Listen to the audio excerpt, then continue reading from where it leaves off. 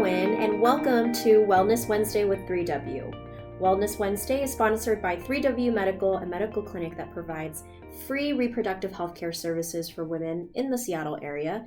We're joined once again with one of our licensed medical providers, Christi Emmons, and I've been so looking forward to National Women's Health and Fitness Day, which is today, September 30th, because Christi just embodies that title for me. Every time she comes in, other than her cute outfits, I'm super jealous. So thank you, Christi, for being here, an example of that health to us all. So in honor of this day, I wanted to get your input on just really typical ways that you still stay healthy yourself and how we could stay healthy during COVID and this whole smoke in the air situation. So very easy question. Why is it so important for us to stay active right now? Well, thank you, Helen, for having me on your show. I have so much to say about physical activity and how it's so connected with our mental and physical well-being. Part of the reason why I work so hard at it in my own personal life is because there's so many benefits, as will unfold here as we continue with the conversation. Yeah. But also because I take it really personal as a provider that if I'm going to teach my patients on how they are to take care of their body, I have to lead by example. That's so good. So it's not always easy, but I'm really candid and real with my patients. In fact, I just had a conversation yesterday that said, I wanted to talk myself out of going to the gym the other day, but you just have to get over the hump. You just have to go and do it. Mm-hmm. And once you get started, you feel so much better. Mm-hmm. And one of my frequent conversations with somebody who doesn't exercise regularly and it's starting to reveal itself in different physical ailments or perhaps their laboratory values, when they say it's just really difficult for them to leave the house, it's hard for them without having a partner to do it. One of the things I'll tell them is I always bring research in because it's just a really strong addition to my voice speaking, and it's a great example and it becomes more real to the patient. And so one thing that I'll tell them is, okay, I know it's really hard, but if we try and do anything for approximately 30 days and just really force ourselves, then it becomes a pattern and then our bodies almost crave it. So anyway, so it's just really important. It helps lower blood pressure. It helps lower blood sugars. I often will use an example with patients when I'm doing physical exams, just annual physical exams. I look at their health history, their lifestyle choices, and family history. And you do routine labs pretty regularly. But what I'm finding is that there's a lot of young adults out there that have high cholesterol and high A1Cs, which is an average blood glucose in the previous 3 months. And what I can share with them is if they exercise, and this is supported by the American Heart Association, if they exercise almost every day, 150 minutes a week, they will make their cells more receptive to the insulin that the pancreas puts out, which then helps them metabolize sugars more effectively. And they're linked strongly with cholesterol level, and then cholesterol will naturally reduce. Wow. So they're hand in hand. If I have a patient that has a high A1C, I'll go look at their triglyceride, and it's almost always elevated. They're really linked. So the other thing is I have lots of young patients, older patients taking antihypertensives. Some people really want to get off them. There's different side effects from them. Nothing earth-shattering, but what happens when you exercise, it lasts for 48 hours, and it reduces your blood pressure. And it will have a high impact on long-term blood pressure control. And also it helps keep weight off, which also keeps blood pressure down. So anyways, I can't say enough about it. It's all connected. I mean, and our body is telling us all the time. Our body knows. It was designed to keep a balance if we would just do everything in moderation, I guess, all the way around. And listen to it. Yeah. So what are your suggestions right now about health and fitness during the time of COVID and smoke? So this is really interesting because I have had really interesting experiences with patients. I work in a family medicine setting. I love it. I'm really passionate about helping patients learn about their bodies. And really, honestly, Helen, it's super simple. Everything's at our fingertips. It's not expensive. We don't have to buy prescriptions. We don't have to go to a gym and get a membership. We can do it on our own. Okay. But I think people just need that reminder that you can do this. You can do this. And I invite them to come back if they need motivation. I teach them other ways to find motivation. But some of the things I've been seeing in primary care are, unfortunately, there's a lot of fear around COVID. It's really restricted people from social engagements or even gym closures. And a lot of people have gone out and invested in equipment to exercise, but not everybody can do that. There can be a financial barrier. And so I just tell them, honestly, because this is impacting mental health. I have seen a lot of anxiety. I've seen a lot of depression, lack of structure. So then comes fatigue because we don't have this purpose. And it's different when you're working at home. I'm really happy for everybody that is able to work at home because it gives them a purpose to look forward to. But what I've been encouraging people to do, because they're all intertwined again, just like we were talking about the basics with exercise and how it impacts us on a cellular level, when we go outside and we breathe the fresh air and we look at the beautiful nature around us that we take for granted because of the busy American dream, we can tap back into a way to relax. So I've had so many conversations, multiple throughout my day, where I just say, you just need to go outside and just take a deep breath. And you need to go walk around a track, go on a hike, go find a trail, go find a little route and clock it. And I always tell people, to gauge exercise and pace, you need to get hot and sweaty. I worked with this awesome pediatrician at Virginia Mason, and she's always planting little seeds with her pediatric population. And I love how she describes it because it's really simple. You just got to get hot and sweaty. So you just move fast enough where you're not going to get exasperated, but you have to have a constant, consistent heart rate. And you need to get hot and sweaty. And you need to move for at least 30 minutes, if not 40. And it's great if you can do it with a friend, but it's also good if you can do it on your own when that friend might not follow through. Being independent with it. So the irony of it is, after I tell all these patients to do this and go breathe the fresh air, then the smoke comes in. So I've had lots of people following up with me, and I'm so proud of them because they've really been trying. A lot of people are excited. They're losing weights. We're seeing differences in their labs. Mentally and emotionally, they're finding stability, and then the smoke rolled in. So I've actually said, because I'm really working hard with these people to keep their blood pressure down, to keep their sugars lower. And a lot of that comes from losing a little bit of weight, learning how to eat so that it sustains us, not looking forward to eating the next meal, but changing our focus. And so what I've started to say, and I couldn't believe I said this, but I said, I'm so sorry, but you're going to have to go be a mall walker. So I've started to say, okay, go get your shoes on. And just go to the mall and just walk all over the mall. So like a big space. That you can walk and be active in. Exactly. So we can think of other things. I mean, you can maybe think of, if you actually go to work, you can use the stairwells. Not taking the elevators. I don't recommend Costco. I don't think it's quite big enough. But you'll end up buying so much instead. You'll buy too much. And there might not be enough social distancing. But for me, I can't really think of any other place. A lot of people are telling me their gyms haven't reopened. But I've heard a lot about gyms opening. And so I'm challenging my patients to double check now. Because there are gyms open. My gym is open. And I have to be honest, I've gotten out of the routine and I really just want to come home after I do part of my workout. But I have to stay because I'm getting a sore throat from doing cardio in my garage on my cardio machine. So you just have to just tackle the challenge while it's here. The rain's coming, and then we can all get back outside. But those are some ways. I'm like, we just have to be creative. And I'm sure some people can come up with other creative ways to get exercise aside from the mall. I mean, you just got to YouTube it these days. You can exercise with a wine bottle.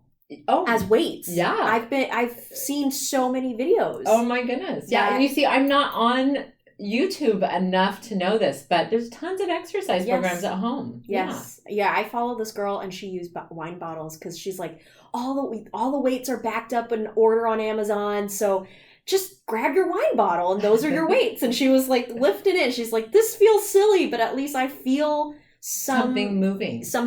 And I'm not just sitting there drinking the wine bottle instead. Right. Well, drink it afterwards. Yeah, there you go. Then you've earned it. Yeah. There's a lot you can do just with your own body weight. I don't do a lot of these type of exercises myself, but planks, people can get pull-up bars. I think I have seen some funny videos that my boys were watching that had to do with taking like maybe your canned food goods out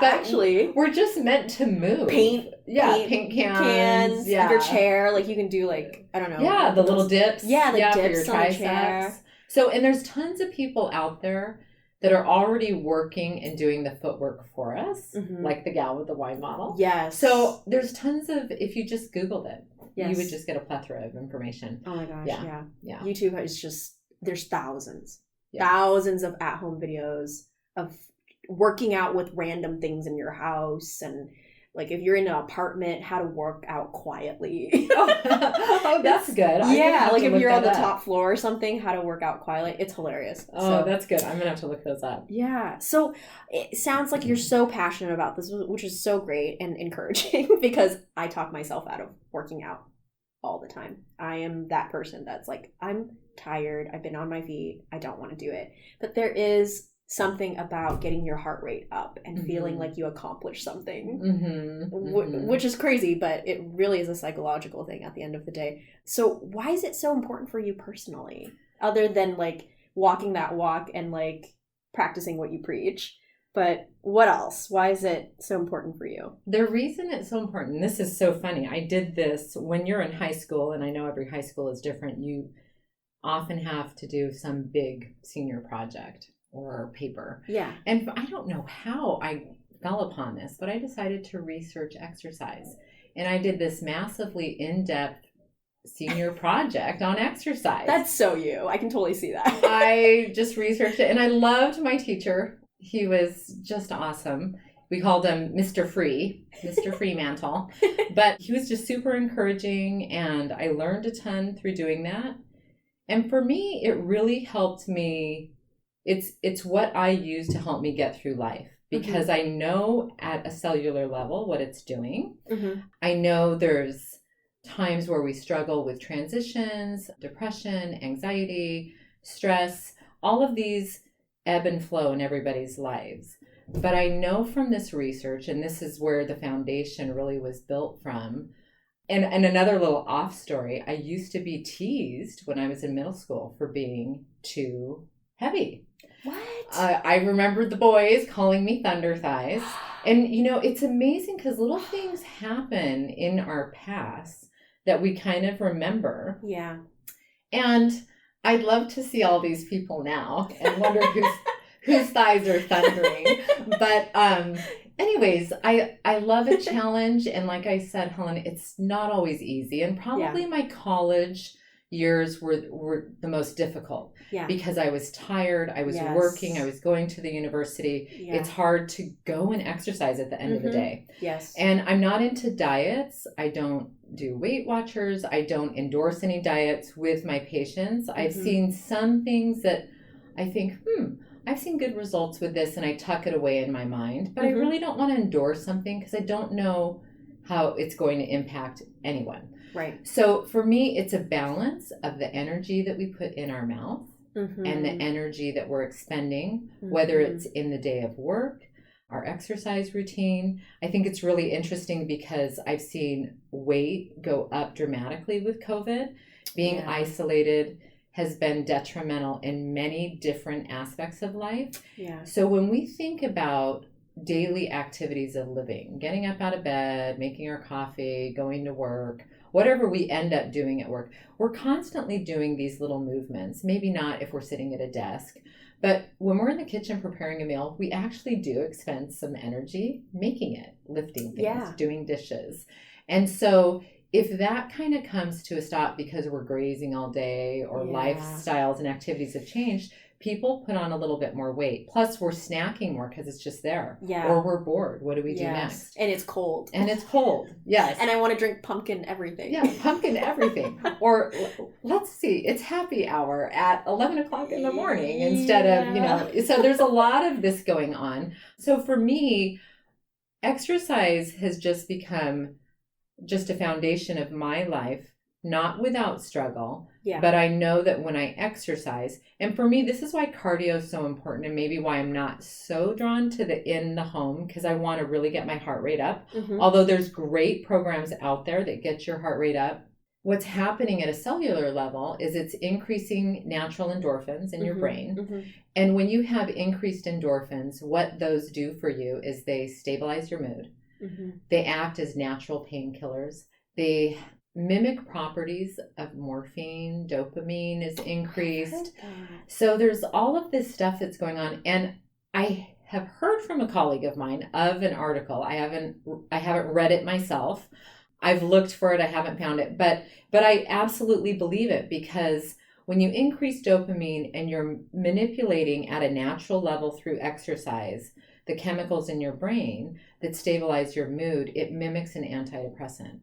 So you're happier when you exercise. You're happier. It's totally a mood stabilizer. Wow. It helps you deal with stress. It helps to reduce fear. It just makes you calmer. So through all this, and then going back to school after 25 years of nursing and becoming a nurse practitioner, reading about all of the disease processes that we have, somewhere in every single care plan is exercise. And it's shocking to some of my patients, because they will say, well, my problem's fatigue, so I can't exercise. And I said, would you believe it? But exercise will help. It's the medicine. So it's really funny, and I get teased by a lot of my physician friends because they need to exercise. And if they tell me something, I just smile and say, do you know what will help you? But the thing is, Helen, is I have evidence-based medicine to back it up. Absolutely. 100%. Absolutely. It will help with chronic lung disease. It will help with Alzheimer's, dementia, fatigue, pain, attention deficit.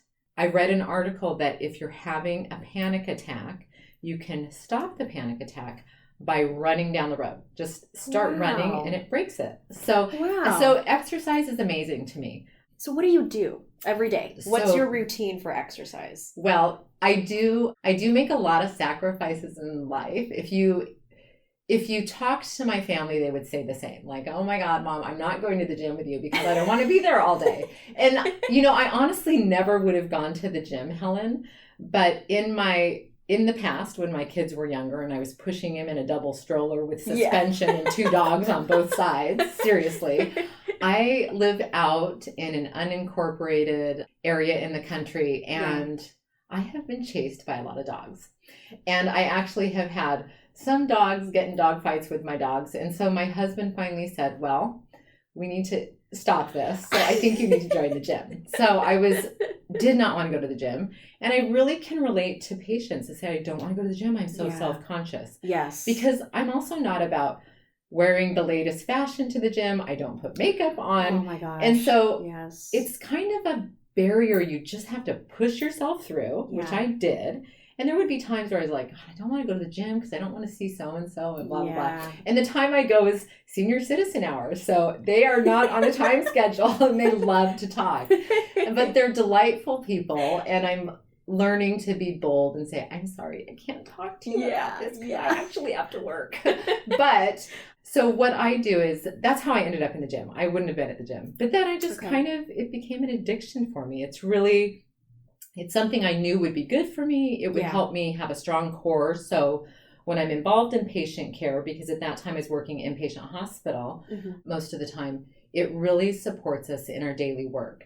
And a lot of people will say, well, my back hurts. I've had a back injury, so I don't work out. And I'm like, well, guess what will help your back injury? And it's really these in-depth core muscles, simple little movements you can do that trigger these muscles. So for me, what I think is really important, I really love using with my patients, American Heart Association has a guideline of 150 minutes of exercise a week. It's evidence-based. They recommend don't refrain from exercise more than 48 hours because when you exercise, the positive impact on lowering your blood pressure lasts for 2 days.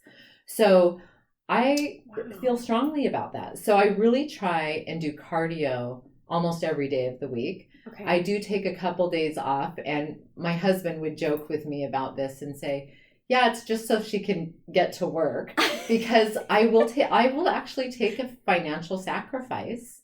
And I think about this. You have a choice as a person to make sacrifices in your life. Yeah. And for me, exercise sustains me. And people probably are going, oh my God, this woman is really addicted. No. But no, it's a priority. It's a priority for me. Yeah. Because the other thing is in the background that we don't even notice, when we exercise, it's reducing stress hormones that we can't even see. So for example, if you happen to work in a really stressful environment, which I have in the past, it can really impact your health and well-being at a cellular level that you may not even realize. I was delighted when I first met Dr. Rutherford. She shared a book with me about ovulation being a sign of health. And it is so true. When we're stressed, when we're being challenged in different areas, for women, you can see irregular menstruation. You can see spotting. Different things happen at a cellular level that we don't even probably know or appreciate. And so when you exercise without knowledge, it's also reducing stress hormones like cortisol and adrenaline, so that it can keep things in check while you get through whatever stressful thing, be it grief, maybe a loss of a significant person in your life, a relationship, a job transition, who knows what the challenge is. Just some sort of interruption. Yeah. So anyways, so that's why I exercise. Awesome. It's life sustaining, literally. So what time do you wake up? Because I cannot get up. I feel like getting up in the morning and exercising in the morning really prepares you for the day. It makes you feel better, because by the end of the day, I don't want to do it. Yes. I'm exhausted. And I'm right there with you. I do not want to do it at the end of the day. Gosh. So when I switched it in my life to do it in the morning, that's when it worked for me. And that's when it became easier for me. And I think also, if the evening's the only time you can do it, I beg my patients, just try and do it for 30 days. Do a 30-day trial of exercise for me and let it become a pattern. And I hope that it does and it works for them. Okay. I know it's really difficult. I'm really grateful that I don't have to work full time so that I can exercise during the week. Okay. And I love to do home cooked meals for my family. So that's a sacrifice and a life choice for me. But if you do it in the evening, then you just have to incorporate that into your life. But I do encourage people to do a trial of morning. I do morning, and the reason being is because it actually will increase your focus and energy for the day. If you do it too late in the day, it can overstimulate you and then cause you not to be able to sleep as well as if you did it earlier in the day. So there's actually science behind doing it in the morning. And there was one book that a bunch of nurses that I worked with at Swedish Hospital when I first started my career called 10 Minutes in the Morning. And actually, I've read through that book a little bit, not a ton, because 10 minutes was never enough for me. But it has a great philosophy behind it in trying to push water, fluid, because that's another deficit that I often see with patients, which I have a little tip on as well. But it was starting your day with a nice glass of water and kind of just getting your body going for just 10 minutes. And honestly, just doing that will improve your day. It'll improve your focus. Wow. It'll get you going. So that's another thing you can do. But for me, morning is essential because I really struggle in the evening to exercise. It's hard for me. I don't want to do it. Like I'm dreading driving the drive home because I know I'm going to have to exercise that night. Yes. And it's like, I just want to relax right now. It's such a mind trip kind of situation. But thank you so much for sharing your thoughts with us. And what is one thing you want to leave with our listeners? What's one message about health and fitness that you want to leave with our listeners today? Well, oh my goodness, that's a tough one. I would just really urge people to just give it a try. And I always tell people, you can't fix everything overnight. Mm-hmm. It's a slow process, and everybody's at a different place, but just starting slow, maybe just doing 10 minutes, maybe 15, maybe 20, but just gradually working up to getting hot and sweaty for 150 minutes a week. For some people, that might be 30 minutes a day, but just giving it a trial, even if you just started 2 or 3 times a week and see how it goes and building from there. But for me, it's all about cardiovascular. Strengthening exercises are good, but it's going to help with bone density. And again, I think the biggest issue at hand right now is probably keeping people's blood pressures down and really tapping into something easily accessible to boost mood, keep them healthy, reduce stress hormones. And so I would just say, just go out and walk in your neighborhood. Just move. Just move for 10 to 30 minutes to start and get hot and sweaty. 2 to 3 times a week, and then increase from there. Yeah. And out in your neighborhood. Look around. Get to know your neighbors. Go outside, people. Yeah, look around your neighborhood. And it's okay. The smoke is going to go away soon. Yes. So if you have any further questions for Christi, thank you again. Please reach out and make an appointment with 3W and get to know her, get to meet her, and talk more about this. Because at 3W, we provide free reproductive health services, and we approach women's health from a holistic, patient-centered type of care. So you can find more about us by going to our website, which is 3wmedical.org. That's the number 3, the letter W, then medical.org. And if you like what you're hearing on our podcast, the topics we're talking about, please visit our website and just click on the podcast tab on the homepage and just check us out. And if you have any questions or comments for Christi, please send them our way. So until next time, stay healthy and be well.